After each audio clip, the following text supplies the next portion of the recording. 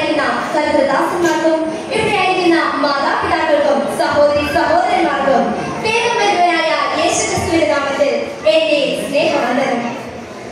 ഈ കാണുന്ന പ്രപഞ്ചങ്ങളും പ്രതിഭാസങ്ങളും എല്ലാം സൃഷ്ടിച്ച സർവേശ്വരൻ, ആ മഹാശില്പി, സർവസമ്പത്തിനും സൗഭാഗ്യത്തിനും അവിടുന്ന് തന്നെ കാലം.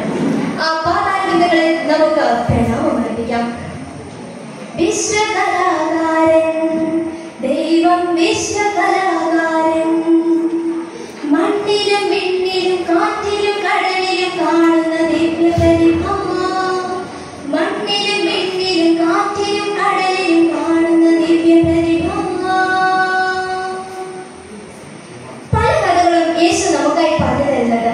കാണാതെ പോയ ആടിനെ കണ്ടെത്തിയ ആട്ടിടയന്റെ കഥ, കാണാതെ പോയ നാണയം ഒടുവിൽ കണ്ടെത്തിയ സ്ത്രീയുടെ കഥ. ഇതാ മൂന്നാമതൊരു കഥ കൂടി, അതാണ് ദൂരത്തുപുത്രൻ. പിതാവായ ദൈവത്തിന്റെ സ്നേഹം എപ്രകാരമാണ് മാനവരിൽ ചെയ്യുന്നതെന്ന് ഈ കഥയിലൂടെ യേശു തമ്പുരാൻ നമ്മെ പഠിപ്പിക്കുന്നു. അതാ അങ്ങ് ദൂരെ പച്ചപ്പട്ട് വെച്ച് ഗീസങ്ങൾ നിർത്തി വെള്ളി മേഘങ്ങളോട് മത്സരിച്ച് തലയുയർത്തി നൽകുന്ന ഒരു പുതുകൂറ്റൻ മണിമാളിക. ആകാശത്തെ ചുംബിച്ചിരുന്നും പാരിതിലത്ത മണിമേട, ആകാശത്തെ ചുംബിച്ചിരുന്നും പാരിതിലത്ത മണിമേട. അതിനാളുകളോ മൂന്നു പേരും ആമോദത്തോടവർ വസിക്കുന്നു, അതിനാളുകളോ മൂന്നു പേരും ആമോദത്തോടവർ വസിക്കുന്നു. ഉറ്റവർ രണ്ടുപേരും കൂടെ സ്നേഹതാതനുമുണ്ടവിടെ, ഉറ്റവർ രണ്ടുപേരും കൂടെ സ്നേഹതാതനുമുണ്ടവിടെ. വേലക്കാരൊരു 100 ആയിരം ആയിരം ആളുകളുണ്ട്, ആയിരം ആയിരം ആളുകളുണ്ട്. സ്വർഗസമാനിൽ ജീവിച്ചിരുന്ന ഒരു കുടുംബം, അതിൽ 3 കഥാപാത്രങ്ങളുണ്ട്. ഒരു നല്ല പിതാവ്, അദ്ദേഹത്തിന് ദേഹരോഗികളായ 2 പുത്രന്മാർ, അളവറ്റ ഭൂസ്വത്തുക്കൾ, ആയിരക്കണക്കിന് ആടുമാടുകൾ, 100 കണക്കിന് വേലക്കാർ, എന്നു വേണ്ട വലിയ വലിയ സൗഭാഗ്യങ്ങൾ. അങ്ങനെയൊക്കെ ആ വീടുകളിൽ നിന്നും പതിവില്ലാത്തൊരു ശബ്ദം കേൾക്കുന്നു, ഒരപശബ്ദം. ഇളയ മകനാണ്, ഞാൻ, എന്റെ, എനിക്ക്, ഇതൊക്കെയാണ് അവന്റെ മുദ്രാവാക്യം. അപ്പ ചെവി കേൾക്കുന്നില്ലേ? എത്ര നാളായി ഞാനിത് പറയുന്നു, എനിക്ക് തരേണ്ടുന്ന ഓഹരി എനിക്ക് തന്നുകൂടെ? പ്രിയമുള്ളവരെ, യാതൊരു ഉത്തരവാദിത്വ ബോധവുമില്ലാതെ, ചുമതല ബോധവുമില്ലാതെ മറ്റുള്ളവരുടെ തലയിൽ 4 നേരം ഭക്ഷണം കഴിച്ച് സുഖിച്ച് അങ്ങനെ കഴിയണം. അതാണ് അവനിഷ്ടം. ആ ശബ്ദം വീണ്ടും വരുന്നു. ഞാൻ മടുത്തു, ഈ ദേശം പോകണം, ദേശത്തേക്ക് തരൂ എന്റെ ഓഹരി. മകന്റെ മട്ടാകെ മാറി. കത്തിജ്വലിക്കും കനലായി കണ്ണുകൾ പുരികക്കൊടികളും കൂട്ടിമുട്ടി, കത്തിജ്വലിക്കും കനലായി കണ്ണുകൾ പുരികക്കൊടികളും കൂട്ടിമുട്ടി. അകരം നിറയ്ക്കുന്ന കൈകാൽ ധരിക്കുന്ന അലറുന്ന സിംഹമായി മാറിയവൻ, അലറുന്ന സിംഹമായി മാറിയവൻ. ഹേയ് അപ്പ, നിർത്തുന്നുണ്ടോ ഈ വേദാന്തം? എനിക്ക് തരേണ്ട ഓഹരി എനിക്ക് തന്നേ പറ്റൂ. ആ പിതാവ് ഒന്നും മിണ്ടിയില്ല. തന്റെ മകന്റെ വാശിക്ക് വഴങ്ങാൻ തന്നെ അയാൾ തീരുമാനിച്ചു. അയാൾ തന്റെ ഭൂസ്വത്തുക്കൾ വിഭാഗിച്ചു. അവന് വേണ്ടുന്ന ഓഹരി അവന് കൊടുത്തു. പിന്നെ ഒട്ടും വരിയില്ല, കിട്ടിയ സ്വത്തുക്കളുമായി അവൻ പണികളിറങ്ങി. അപ്പനും അമ്മയും വാർദ്ധക്യത്തിലേക്ക് കിടക്കുമ്പോൾ ഒരു പക്ഷെങ്കിൽ നമ്മൾ വിചാരിക്കുന്നത് പോലെ അവർ പ്രവർത്തിക്കാൻ കഴിഞ്ഞു വരില്ല. വൃദ്ധരായ മാതാപിതാക്കൾക്ക് മരുന്ന് വാങ്ങിക്കൊടുക്കുവാൻ, ഒരു നേരത്തെ ഭക്ഷണം കൊടുക്കുവാൻ, നിങ്ങളുടെ സ്നേഹ സാമീപ്യം കൊടുക്കാൻ മറക്കരുത്. അവരുടെ മരണത്തോളം അവരോടൊപ്പം നിൽക്കുന്ന നിങ്ങൾക്ക് കിട്ടുന്നത് 1 കോടി പുണ്യമാണ്. ഒരപ്പനകളിലും പള്ളികളിലും പോകണ്ട, അപ്പനെ കളഞ്ഞിട്ട് അമ്മയെ കളഞ്ഞിട്ട്. അമ്മ എന്നെ ഉദരത്തിൽ ചുമന്നപ്പോൾ അപ്പൻ എന്നെ ഹൃദയത്തിൽ ചുമന്നു. എന്നിട്ടും ആ ഹൃദയം ഉദരം ചട്ടി വെച്ച് ഒരു സന്തോഷം കൂടാതെയാണ് അവൻ ആ പടികൾ ഇറങ്ങിയത്. പ്രിയമുള്ളവരെ, കുടുംബസ്വത്ത് എന്ന് പറയുന്നത് കാരണവന്മാരുടെ വിയർപ്പാണ്. ഒരു സങ്കടവും ഇല്ലാതെയാണ് അവൻ തട്ടിപ്പറിച്ചുകൊണ്ട് ആ പടികൾ ഇറങ്ങിപ്പോയത്. മാനവന്റെ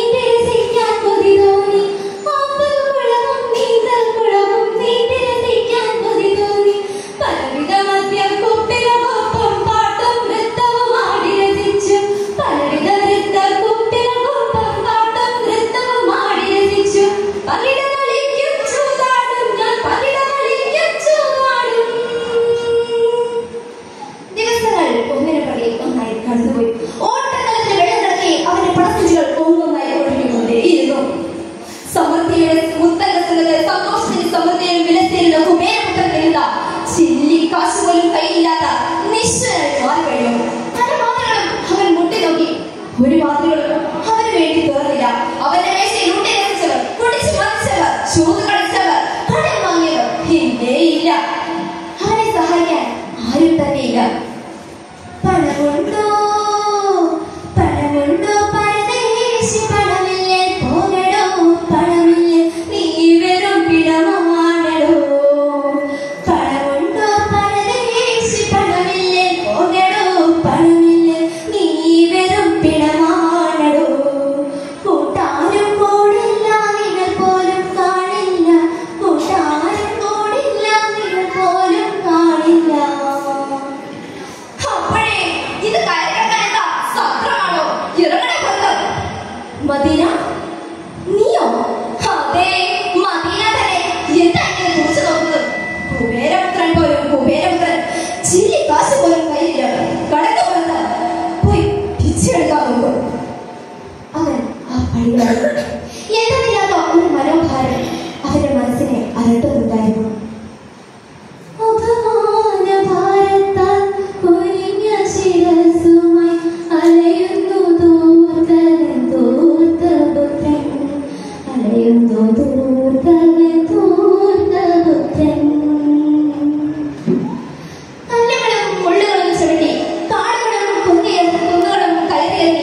എവിടേക്കെന്നോ എന്തിനെന്നോ തിരിച്ചറിവില്ലാതെ ലക്ഷ്യത്തെത്തിയ മനസ്സിലാക്കി അവൻ അങ്ങനെ ഉഴലുകയാണ്. തലയിൽ അഗ്നിപർവ്വതം പൊട്ടിത്തുടിയുന്നത് പോലെ, കടലിറങ്ങിയ പോലെ 1000 ചോദ്യങ്ങളും ഓർമ്മകളും അവനെ വേട്ടയാടുന്നു. ഞാൻ എന്റെ പിതാവിനെ ലംഘിച്ചു, ശാഠ്യങ്ങൾ എന്നെ വഞ്ചിച്ചു. ഇപ്പോൾ എന്റെ പാപങ്ങൾക്ക് മൂല്യം നൽകേണ്ട സമയം ആസന്നമായിരിക്കുന്നു. ഞാനിപ്പോൾ എന്താ ചെയ്യാം?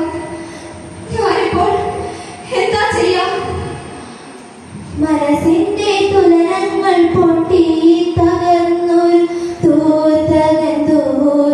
പുത്രൻ. മനസ്സിന്റെ തുലനങ്ങൾ പൊട്ടി തകർന്നൊരു പുത്രൻ. പ്രിയമുള്ളവരെ, പാപിച്ചെന്നേടം പാതാളമെന്ന് കേട്ടിട്ടേ. കോന്മേൽ ഗുരുവെന്ന പോലെ ദേശത്താകെ ക്ഷാമം, ജലമില്ല, ഭക്ഷണമില്ല. കൊടും വിശപ്പിൽ ജീവിതം വഴിമുട്ടിയപ്പോൾ അവൻ ഒരു പൗരന്റെ അടുത്ത് അഭയം പ്രാപിച്ചു. അയാൾ അവനെ പകരേൽപ്പിക്കാൻ ധൈര്യത്തിലേക്ക് അയച്ചു. പക്ഷേ അവിടെയും അവൻ അത്താഴം കണ്ടെത്തിയില്ല. പസിയെടുക്കാൻ പാടുപെട്ടവന് പന്നിത്തീറ്റ പോലും ലഭിച്ചില്ല. അവൻ അവിടെ വിട്ടു. ഇനി എന്ത് ചെയ്യുന്നോ ഒന്നും അവൻ അറിയത്തില്ല. തൊഴിലുകൾ അറിയില്ല. യാചിക്കുവാൻ അവൻ ലജ്ജിക്കുകയും ചെയ്യുന്നു.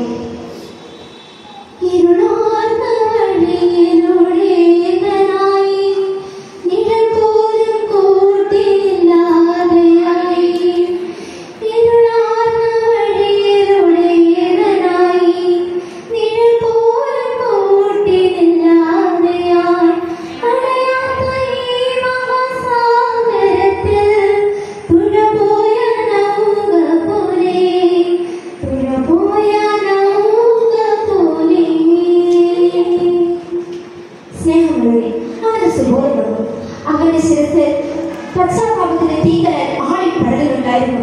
അവൻ വഴിവക്കിലിരുന്ന് മുഖം കൈകളിൽ അമർത്തിക്കൊണ്ട് പൊട്ടിക്കരഞ്ഞു. എന്റെ പിതാവിന്റെ ഭവനത്തിൽ 100 വേലക്കാർ സുഭിക്ഷമായി ജീവിക്കുന്നു. ഇവിടെ ഞാനോ പട്ടിണി കിടന്ന് മരിക്കാൻ തുടങ്ങുന്നു. ഇനി ഞാൻ എന്ത് ചെയ്യും? ഇരുടാർന്ന മനസ്സിൽ അവൻ ഒടുവിൽ തീരുമാനമെടുത്തു. തിരികെ പിതാവിന്റെ ഭവനത്തിലേക്ക് പോവുക. പിന്നെ ഒട്ടും വൈകില്ല. കുഞ്ഞ ഊന്നുവടി നീരെടുത്തു. വിറയ്ക്കുന്ന കൈകൾക്ക് അവൻ വീര്യം കൊടുത്തു. പതറുന്ന കാൽച്ചുവടുകൾക്ക് അവൻ ശക്തി കൊടുത്തു. ആ കാൽപാദങ്ങൾ മുമ്പോട്ട് തന്നെ ചലിച്ചു. പ്രിയമുള്ളവരെ, അല്പനേരത്തേക്ക് നിങ്ങളുടെ ശ്രദ്ധ ഞാൻ മറ്റൊരിടത്തേക്ക് ക്ഷണിക്കുകയാണ്. മകന്റെ വേർപാട് മുതൽ ആ ഭവനത്തിന്റെ വാതിൽ ഇന്നേ വരെ അടഞ്ഞിട്ടില്ല. കണ്ണുനീർ തോന്നില്ല. നിലവിളി നിലച്ചില്ല.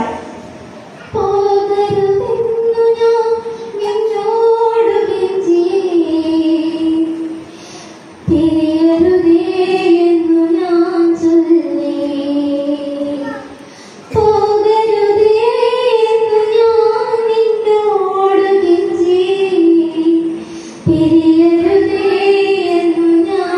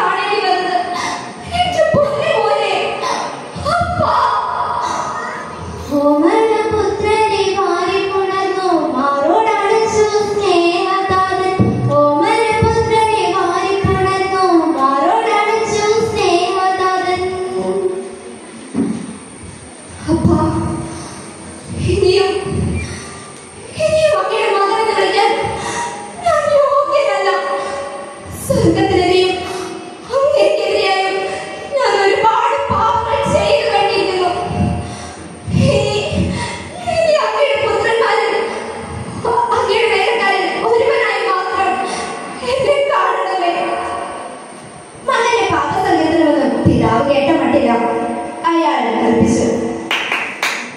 സേവകരെ വരുവിൻ, നേത്ര വസ്ത്രം കൊണ്ടുവന്ന് ഇവനെ ധരിപ്പിക്കുവിൻ, കയ്യിൽ മോതിരവും കാലിൽ ചെരുപ്പുകളും അണിയുക, കൊഴുത്ത കാളക്കുട്ടിയെ കൊന്ന് ഒരു ഭക്ഷണ സദ്യ ഒരുക്കുക, നമുക്ക് ഭക്ഷിച്ചാനന്ദിക്കാം.